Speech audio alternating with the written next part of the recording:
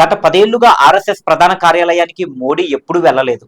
కానీ ఆయన ఆకస్మికంగా ఉగాది రోజున ఎందుకు వెళ్లారనే సందేహం శివసేన యూబీటీ ఎంపీ సంజయ్ లేవనెత్తారు.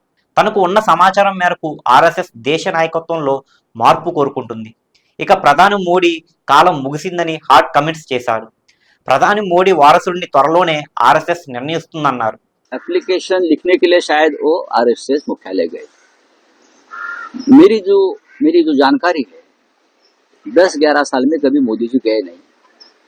मोदी जी गए हैं वो बताने के गए हैं मोहन राव भागवत जी से कि टाटा बाय बाय मैं जा रहा हूं। अब देखिए दो बातें हैं आरएसएस की जो मेरे समझ में आई है।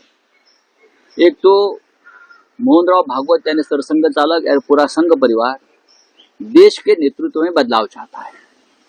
अब मोदी जी का समय खत्म हो गया है और देश में बदलाव चाहता है और बीजेपी का राष्ट्रीय अध्यक्ष भी अपने मर्जी से चुनना चाहता है, तो इसलिए मोदी जी वहां गए थे। मोदी जी जा रहे हैं। ప్రధాని మోడీ పీఎం హోదాలో తొలిసారి 2025 మార్చి 30న మహారాష్ట్ర నాగ్పూర్లోని రాష్ట్రీయ స్వయం సేవక్ సంఘ్ ప్రధాన కార్యాలయాన్ని సందర్శించారు. ఈ సందర్భంగా ఆర్ఎస్ఎస్ వ్యవస్థాపకుడు కేశవ్ బల్రామ్ హెడ్గేవార్కు ప్రధాని మోడీ నివాళులర్పించారు. ఆర్ఎస్ఎస్ రూల్ ప్రకారం బీజేపీ నాయకుల్లో 74 ఏళ్లు పైబడిన వారు ఎవరూ కీలక పదవుల్లో ఉండకూడదని నిబంధన ఉంది. ప్రస్తుతం నరేంద్ర మోదీకి 74వ సంవత్సరం నడుస్తుంది. సెప్టెంబర్ 17న మోడీ 75వ పుట్టినరోజు. దీంతో ఆర్ఎస్ఎస్ ఆయన చేత ప్రధాని పదవికి రాజీనామా చేస్తుందని సంజయ్ రౌత్ అన్నారు.